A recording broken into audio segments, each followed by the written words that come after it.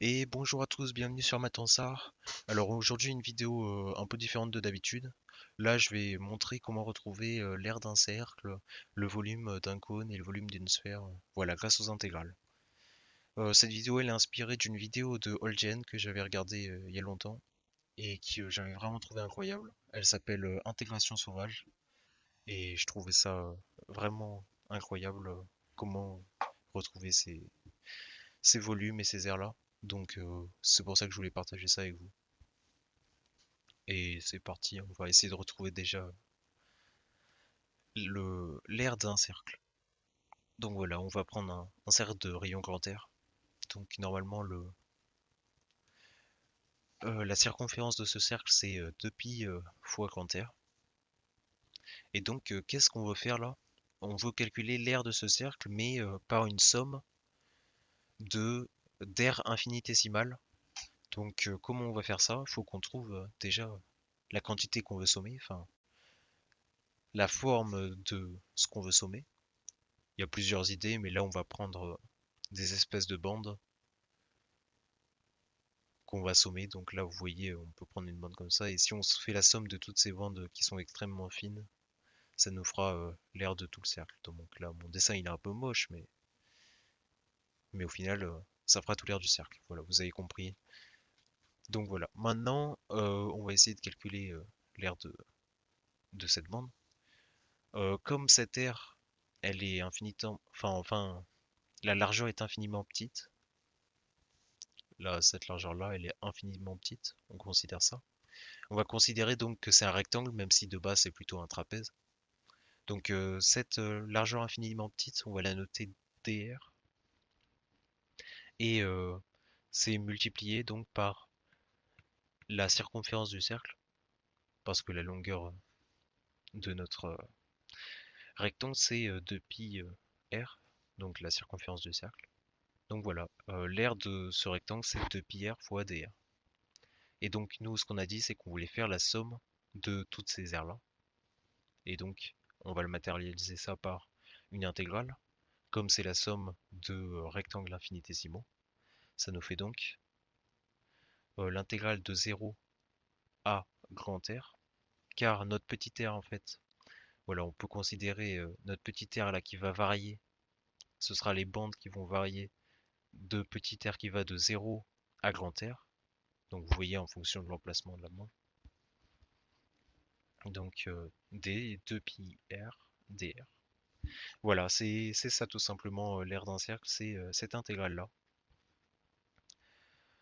On a retrouvé ça graphiquement. Et donc ça nous fait, si on sort 2pi, ça nous fait 2pi fois l'intégrale de 0 à r de 2 r dr. Et donc, bah voilà une primitive de petit r, c'est r carré sur 2. Donc ça nous fait r carré sur 2 qui va de 0 à grand R. En 0 ça fait 0, en grand R ça fait grand R carré sur 2. Et donc ça nous fait 2pi fois grand R carré sur 2 uniquement. Et donc voilà, les deux simplifiés, ça fait pi r carré. Voilà, on a retrouvé l'aire d'un cercle. Maintenant, on va passer à l'aire d'un cône, donc de base sphérique. Comment est-ce qu'on peut faire pour trouver le volume de ce cône? Donc voilà, je fais un dessin là. On va considérer un cône donc de rayon grand R et d'auteur grand H. Donc qu'est-ce qu'on peut faire pour trouver la valeur du volume de ce cône grâce aux intégrales? Bah, on va considérer la somme des disques. Voilà, des petits disques de hauteur infinitésimale. Et donc, on va noter h, enfin petit h, la hauteur qui le sépare du haut du cône, et petit r, le rayon de ce disque-là. Et donc, voilà, la hauteur maximale c'est grand H, et le rayon maximal c'est grand R. Donc, on va sommer ces petits disques-là. On va essayer de calculer tout simplement le volume de ce disque déjà. Donc, on avait calculé justement l'aire du cercle juste avant. Donc, ça nous faisait pi fois petit r au carré, car le r il va changer en fonction de sa position dans le cône, et donc multiplié par une quantité infinitésimale, donc la hauteur infinitésimale qu'on va noter dh. Et là, si on veut connaître le volume du cône, voilà, ça nous fait l'intégrale donc de 0 à grand H de pi fois petit r carré dh. Mais en fait, notre petit r, il dépend de petit h. Donc là, il faut qu'on l'exprime en fonction de petit h pour pouvoir calculer cette intégrale. Et tout simplement, voilà, on va faire une découpe là, si vous voulez. Hop, si on prend une découpe de côté, ça nous fait un triangle rectangle.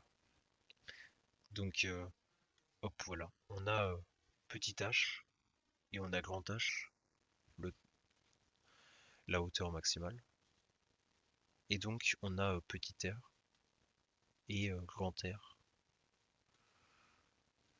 Et donc, voilà, d'après le théorème de Thalès, ça nous fait que petit h sur r est égal à grand H sur grand R. Donc voilà. Et donc maintenant on isole petit r. Et donc ça nous fait r est égal à h fois grand R sur donc h. Enfin grand H. Donc maintenant on peut, avec ce qu'on vient de trouver là, on peut remplacer le r dans cette formule. Donc ça nous fait l'intégrale de 0 à h, enfin de grand H, de pi fois donc h carré fois grand R carré divisé par h au carré d petit h.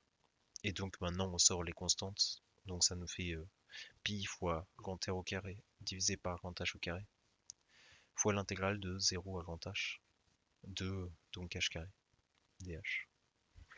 Et donc l'intégrale de h carré, vous devez la connaître, c'est 1 tiers de h cube. Et donc ça nous fait pi sur h carré fois r carré fois donc 1 tiers de h cube évalué en grand H, ça nous fait 2 grand H cube.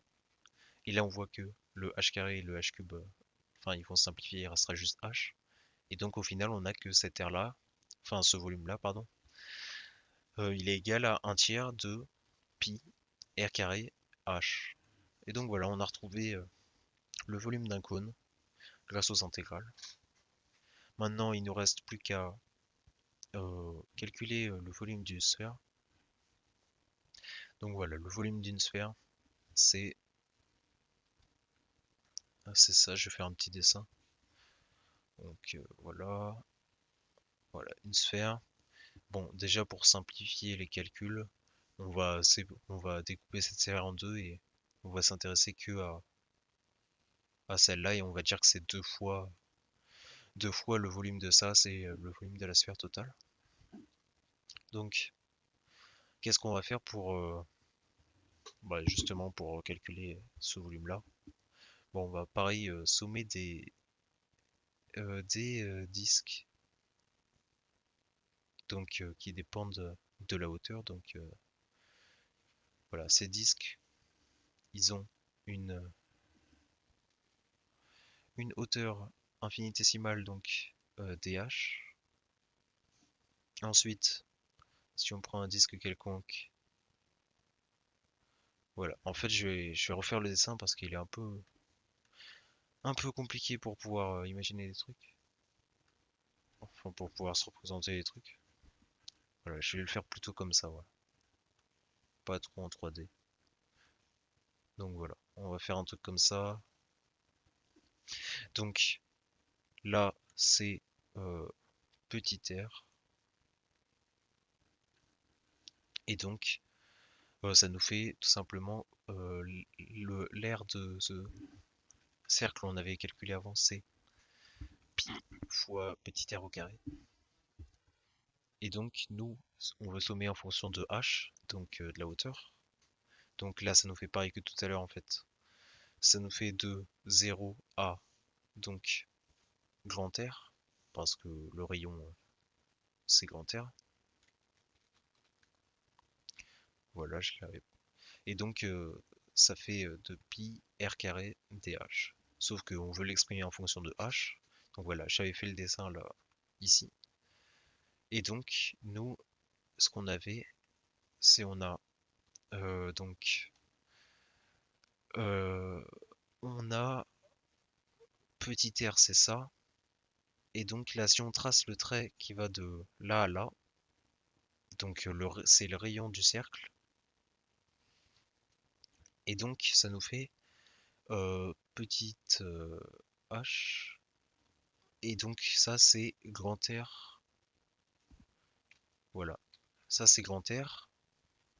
Ça c'est petit r, donc le rayon qui change. Et ça c'est le petit h qu'on veut connaître. Et donc d'après le théorème de Pythagore, ça nous fait que h carré plus r carré est égal à grand R au carré. Et donc maintenant on isole petit r au carré. Ça fait petit r carré est égal à grand R au carré moins petit h au carré. Et maintenant on peut remplacer dans l'intégrale qu'on avait en dessous. Donc ça fait de 0 à r, ça nous fait pi fois. Donc r carré moins, bon on dirait pas trop un r carré moins h carré dh. Donc voilà. Voilà, on a cette intégrale là. Alors on peut sortir pi déjà. Ça nous fait pi fois.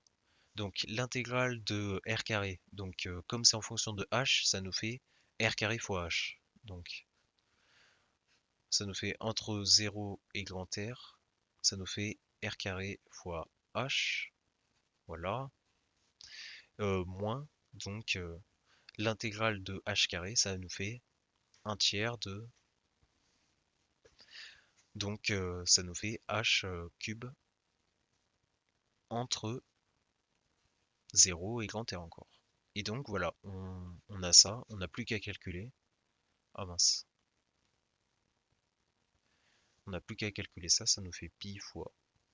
Donc là, ça nous fait tout simplement r au cube moins un tiers de r au cube. Et donc là, ça nous fait 2 tiers de r cube fois pi.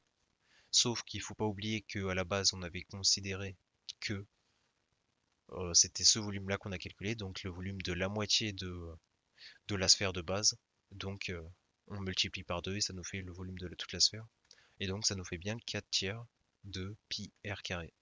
Enfin de pi r cube, pardon.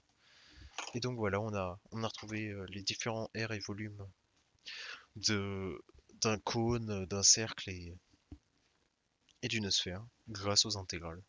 Donc merci d'avoir regardé cette vidéo, j'espère que j'ai été clair et qu'elle vous a aidé. Et voilà, à bientôt pour de nouvelles vidéos.